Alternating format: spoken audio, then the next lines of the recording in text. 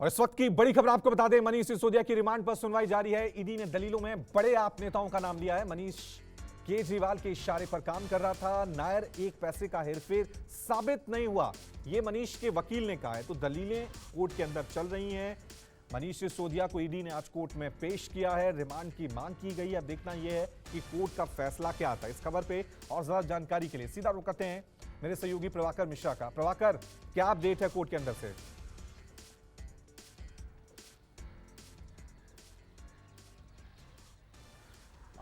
ED ने जो remand application लगाई थी, ईडी की तरफ से ढेर सारे गंभीर आरोप लगाए गए हैं मनीष सिसोदिया पर, आम आदमी पार्टी के नेताओं पर। हालांकि उनके तरफ से आर्गूमेंट पूरे हो गए हैं और उनके तरफ से ये बताया गया कि क्यों ज़रूरी है 10 दिन का रिमांड। उसमें बातें बताई गई कि चूंकि मनीष सिसोदिया के पास से कई सिम बरामद हुए थे, कई सिम उन्होंने इस्तेमाल किया था, कई फ़ोन थे, उनको जो डिजिटल एविडेंस है उनको कलेक्ट करना है। इस मामले के तमाम आरोपियों से 1 to 1 कन्फ्रंट करा करके बातचीत करानी है। तो इसलिए चाहिए, इस पूरे मामले में जो षड्यंत्र हुआ है उस षड्यंत्र को बेनकाब करने के लिए रिमांड की ज़रूरत है। मनीष सिसोदिया से गहन पूछताछ की ज़रूरत है। ये बातें तमाम कही जा रही हैं।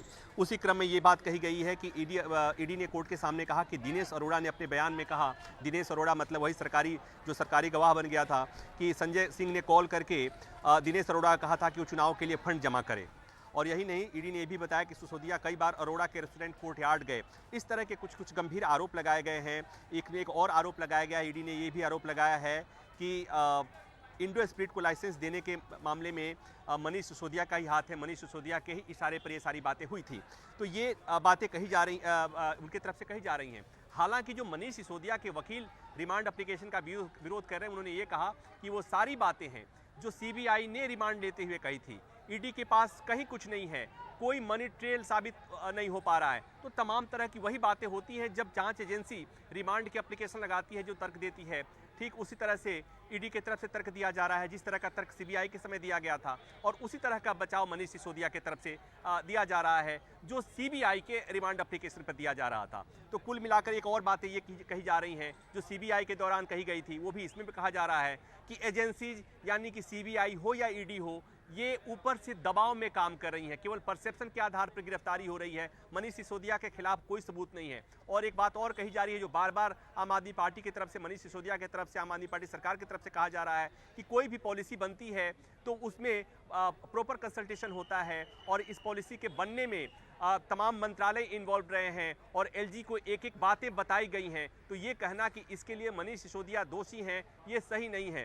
तो ये आरोप प्रत्यारोप अदालत को कन्विंस करने के लिए कि ईडी अब चाहती है कि 10 दिन का रिमांड मिले। मनीष सिसोदिया का विरोध हो रहा है, की तरफ से विरोध हो रहा है। महत्वपूर्ण ये है कि आज सीबीआई के मामले में मनीष सिसोदिया की जमानत याचिका पर सुनवाई होनी थी, उसके पहले कल ईडी ने गिरफ्तार कर लिया और आज ईडी ने रिमांड की मांग कर ली है। तो जब से ही रिमांड की मांग की है, ईडी की एंट्री होने के बाद से मनीष सिसोदिया के मामले में, सीबीआई के मामले में जमानत पर सुनवाई हो भी जाए, जमानत अगर सीबीआई ने दे भी दे तो बहुत फर्क नहीं पड़ता है। लेकिन अभी भी इस मामले में चूंकि सीबीआई के एप्लीकेशन पर सीबीआई मामले में जमानत पर सुनवाई नहीं शुरू हुई थी, मेरे पीछे कुछ चहलकदमी हो रही है। चूंकि मामला बहुत सेंसिटिव है, व्यापक व्यवस्था किया गया है। आप देखेंगे हमारे चारों तरफ बैरिकेड्स लगेंगे, पुलिस पैरामीटर फोर्सेज लगाए गए हैं। वो इसलिए कि ये जो राउज एवेन्यू कोर्ट है, स्पेशल कोर्ट है, जहां पर सांसदों, विधायकों, मंत्रियों के खिलाफ मुकदमे चलते हैं। और इसी के ठीक पीछे आम आदमी पार्टी का केंद्रीय कार्यालय है और उससे 300 मीटर की दूरी पर बीजेपी का केंद्रीय कार्यालय है, और यहां से 500 मीटर की दूरी पर बीजेपी ने प्रोटेस्ट का आयोजन किया था। और थोड़ी दूरी पर पीछे जंतर मंतर भी है, जहां पर 18 से अधिक पार्टियां महिला आरक्षण को लेकर के व्यापक प्रदर्शन कर रही हैं। तो कुल मिलाकर अगर हम कहें कि मैं जहां पर खड़ा हूं, जहां पर कोर्ट के भीतर ये सब बातें चल रही हैं, आरोप प्रत्यारोप चल रहा है, रिमांड एप्लीकेशन पर सुनवाई चल रही है, थोड़ी देर में जमानत एप्लीकेशन पर सुनवाई होगी, उसी के साथ साथ सड़कों पर भी सियासत काफी गर्म है। रवि, प्रभाकर, आपसे अगर मैं समझना चाहूं एक आम दर्शक के नजरिए से, एक तरफ सीबीआई ने मामला दर्ज किया है, अब ईडी ने मामला दर्ज किया है, तो इन दोनों जो दर्ज हुई है एफआईआर, ये जो मामले चल रहे हैं कोर्ट में, फर्क है कोई, या एक ही मामला है, या दोनों एजेंसियां अपने अपने तरीके जो दलीलें देख रहा हूं, दलीलें तो वही हैं कि मनीष सिसोदिया पूछताछ में सहयोग नहीं कर रहे हैं, एक व्यक्ति ने बयान दिया, उनके आरोप पे मनीष सिसोदिया को गिरफ्तार किया गया। फर्क नजर आ रहा है सीबीआई की जांच और ईडी की जांच में आपको?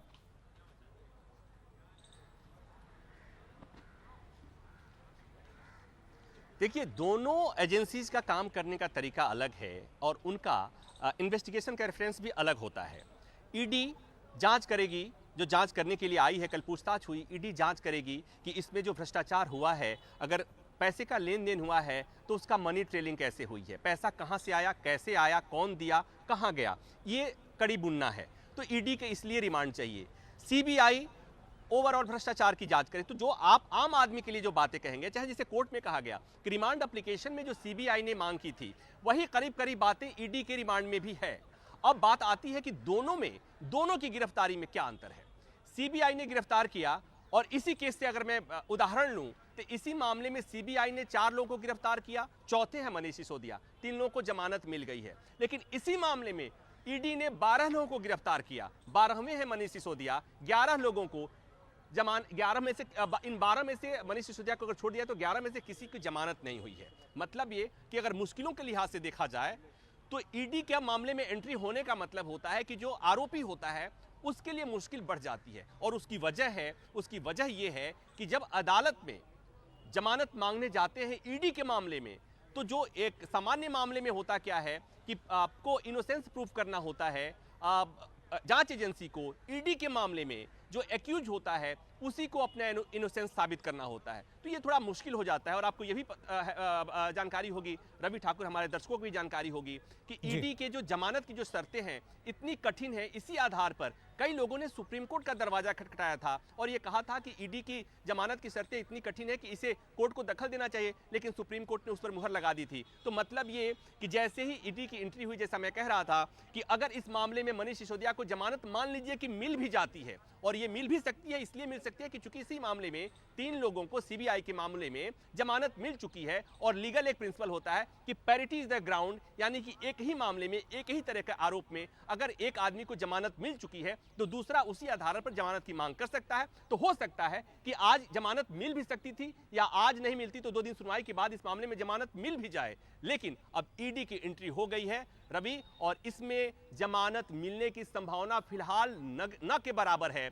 ये तमाम केस, इसी मामले के केसों की बात कर लूं या सत्येंद्र जैन से जुड़े मामले की बात कर लें, दिल्ली की जनता भी जानती है और देश भी जानता है। तो ये थोड़ा मुश्किल है, और शायद इसीलिए जब आज जमानत की सुनवाई होनी थी, जमानत पर सुनवाई होनी थी, तो कल ईडी तिहाड़ जेल जाती है और वहां मनीष सिसोदिया से पूछताछ करती है और उसके बाद गिरफ्तार करती है। सवेरे कोर्ट को बता दिया जाता है कि अब हमने गिरफ्तार कर लिया है और हमें रिमांड चाहिए, 10 दिन का रिमांड दिया जाए। अब सुनवाई हुई तो ईडी की तरफ से कहा गया कि हमें रिमांड क्यों चाहिए। तो कुल मिलाकर ये कि मुश्किलें बढ़ गई हैं मनीष सिसोदिया के लिए। मनीष सिसोदिया या तो तिहाड़ में रहेंगे या ईडी की हिरासत में रहेंगे। बिल्कुल, यहां से तो मुश्किलें कम होती हुई नजर नहीं आ रही है मनीष सिसोदिया की। देखना ही है कोर्ट क्या फैसला सुनाएगा।